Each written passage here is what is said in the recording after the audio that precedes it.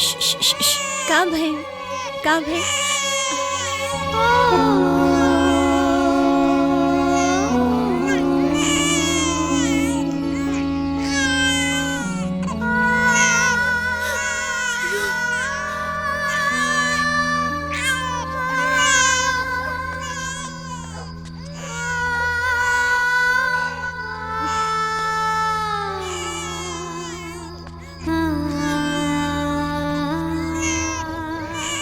चुप हो जाओ। अरे का भइल काहे बाबू रो देखा ना बताना। माई, देखा ना एकदम चुप ही काहे नहीं रो तब लागत बताना। नजर आ गेल बा। रुका फिटकरी ले आइल बनी नजर उतार देता नहीं।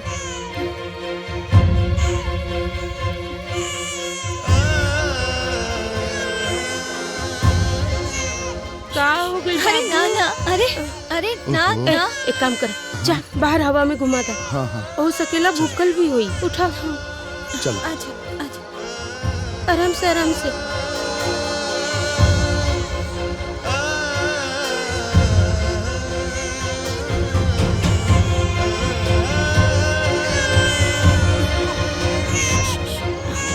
देखी ना। पता न काहे रोता। अरे बाबू हाँ हाँ चुप हो जाओ।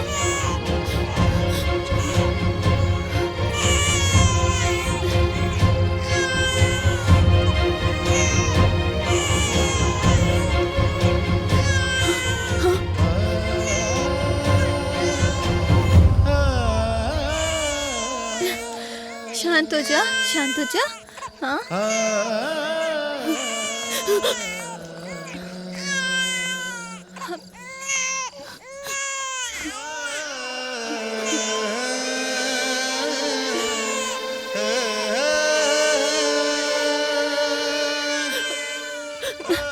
लगता इकर के भूख लागल बा। हाँ रुका दूध लेके आवता नहीं।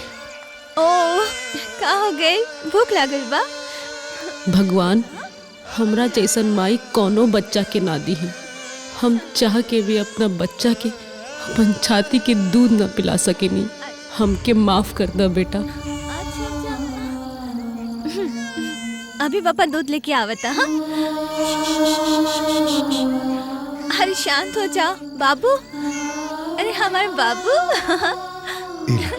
पापा आ गए।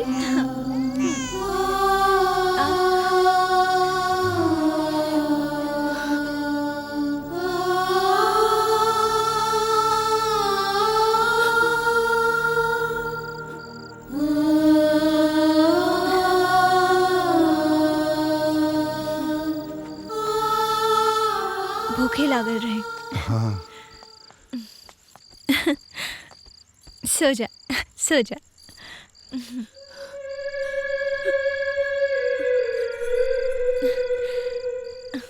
भूख लागल रहे। हाँ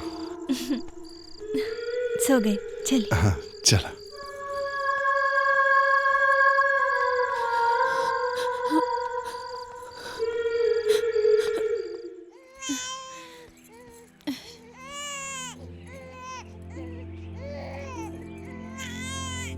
देवकी बहन आपके बच्चा के नजर लागल बा।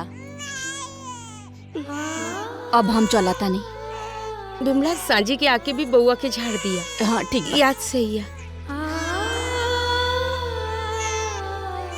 अरे कुछ ना कुछ ना।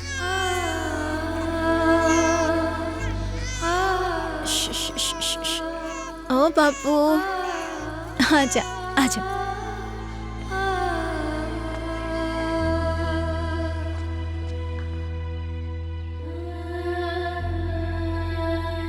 अमर ई लड़की के हा? माई बेचारी पागल बिया। हाँ?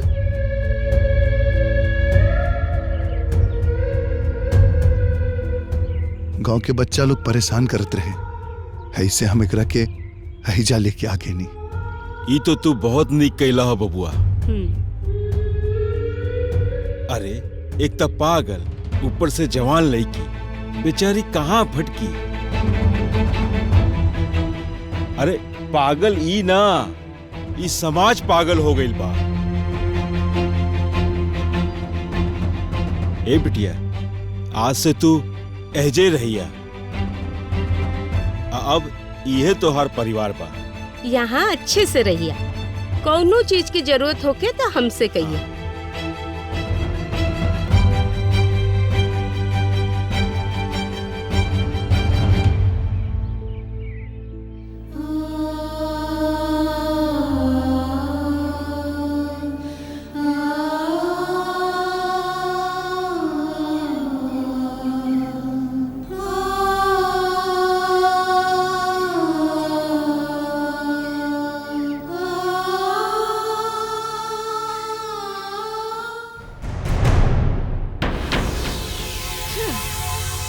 एगो बात बताई, रवा टेंशन के नहीं छोड़ल चाहत कि टेंशन रवा के नहीं छोड़ल चाहत? हम मजाक के मूड में नहीं खीने ना। आज तक डैना के गिरफ्तार न कर पौनी, नाम खराब हो रहा बा हमार। जब तक डैना के गिरफ्तार न कर ले हमार टेंशन खत्म ना हुई।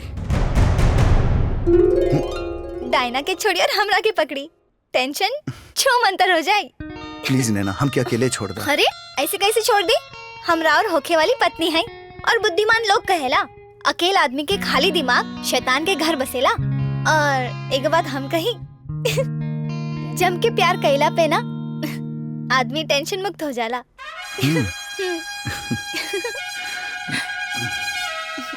तनी संभार के राजा जी, अभी लाइसेंस पक्का नहीं के भाई। आज लाइसेंस सम्राट लाइफ बेटा। टाइम पूरा पक्का करते। अच्छा, तमार बेटा के प्यार होइए गइल। फुलन, ए फुलन। हाँ माँ जी।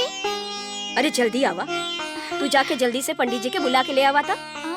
बियाह के मुहूर्त निकाले के बा। इतना रात के? हे भगवान, हम तो खुशी के मारे भुलाइए गइल रहे कि अभी रात बा। अच्छा तो फूलन, तू ऐसन करिया, बिहाने जाके पंडित जी के बुला के ले आइया, बियाह के मुहूर्त निकाल लिहल जाए। अच्छा तो मंगनी पट बियाह।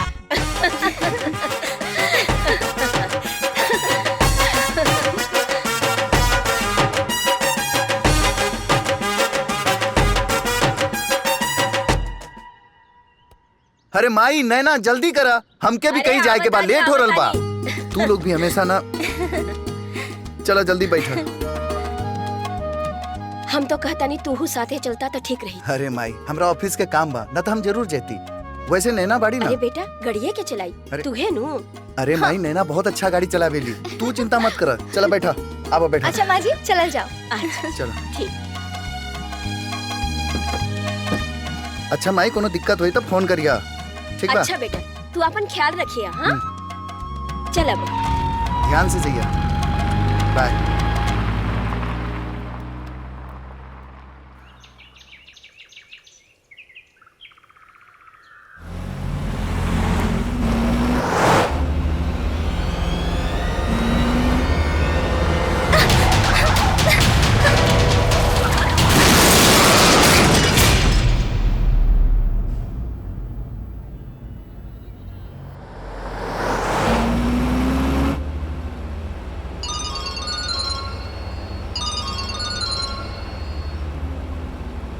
हाँ मैं बोला। बेटा नैना के एक्सीडेंट हो गइल बा, जल्दी से गांधीनगर हॉस्पिटल आओ। कहाँ? जल्दी आओ बेटा, देर मत करो। हम अभी पता नहीं। हाँ बेटा।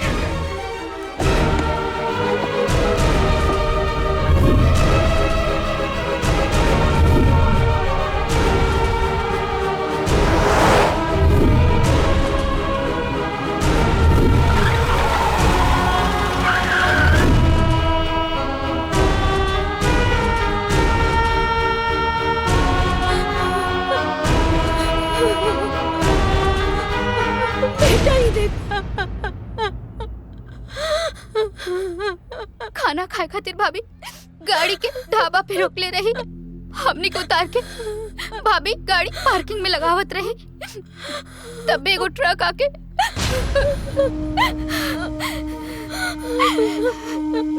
नैना उठो नैना, हम आ गए बानी।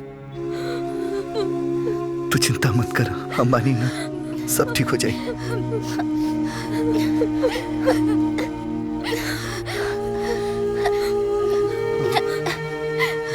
बोला नैना, का कहल चाहता? नैना नैना नैना बाबूजी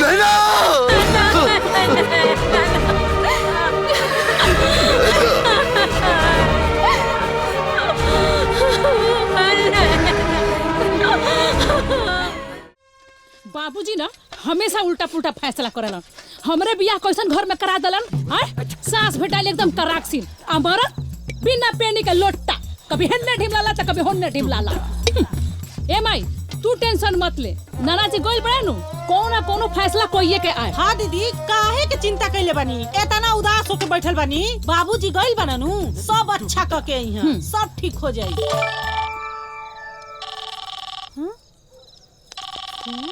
माई रे ते बेकार में टेंशन लेके बैठल बाड़े। अरे दीदी, दुल्हन के फोन बा, प्रीति के। अरे ली बतियाई स्पीकर पर ली बात करी। गोड़ लगा तारी माँ जी। हाँ खुश कहाँ भइल माँ जी, रवा उदास काहे बानी? रवा के तो खुश होके के चाही। बाबूजी शादी खातिर मान गईले। बाबूजी मान गईले? हाँ। खुश हो जाई। सच में वहाँ के मान गए। हाँ। अरे वाह भाई, बाबूजी मान गईले। ए मामी फोन काट दी। अरे भाई चल नानी के बताओ, चल। चली, आखिर इतना नाच नचौला के बाद दामाद जी मनिए गईलन। मान तो गइल बा, बाकी ओकर डिमांड बा। कैसन डिमांड है जी? जीजा जी के आज के हिसाब से दहेज चाहिए। फिर का बाबूजी जोश में आके कह दलहन कि 200 बराती लेके आई हो, और यही पर बात फाइनल भइल बा। अच्छा। अरे बेटी अब खुश हो जा, दामाद जी तोहरा लेवे खातिर आवता रहती। अब खा पी के अपन सेहत बनावा, नहीं तो सब कही कि 10 दिन में नैयर में जाके दुबरा गईली। भाई बाबूजी मान गईले। तो जा गई।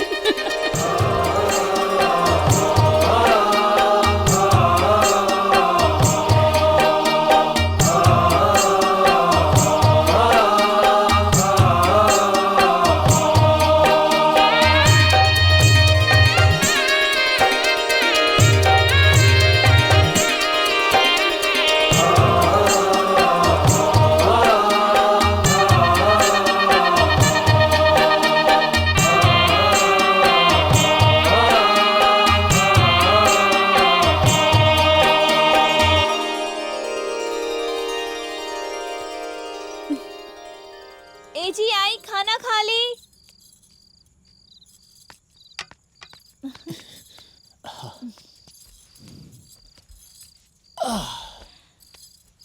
अरे बाबूजी की थाली?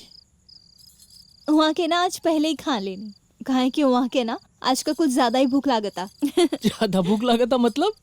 काहे कि आजकल माँ जी के सबक सिखावे में बहुत मेहनत लागता वहाँ के।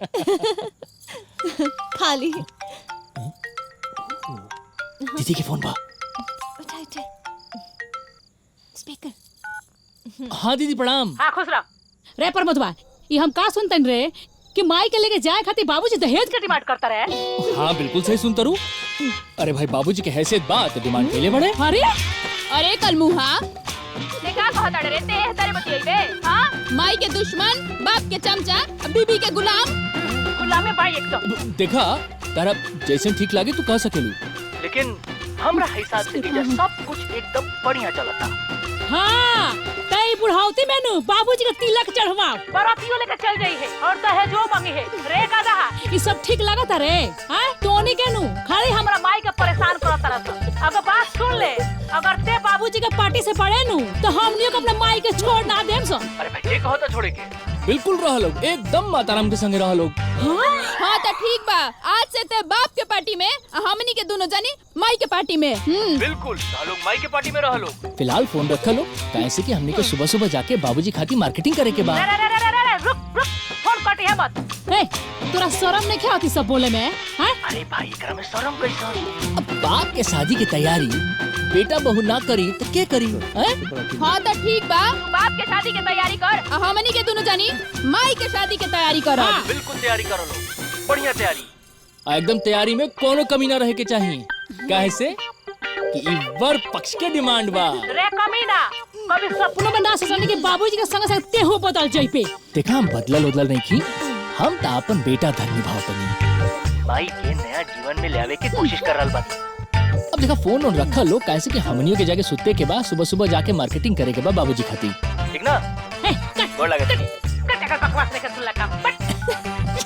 बड़का बड़ा बियाह करावेला कधा, दिमाग खराब कर, दिमाग सटियाल बा दोनों बाप बेटा के।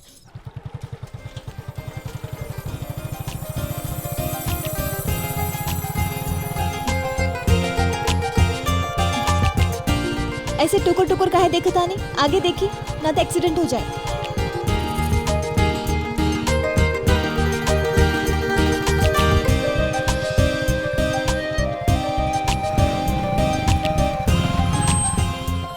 कहाँ भाई? उतरा बताओ तनी। कहाँ भाई? कहे रोक देनी? दा। अरे ये रखत काहे बानी?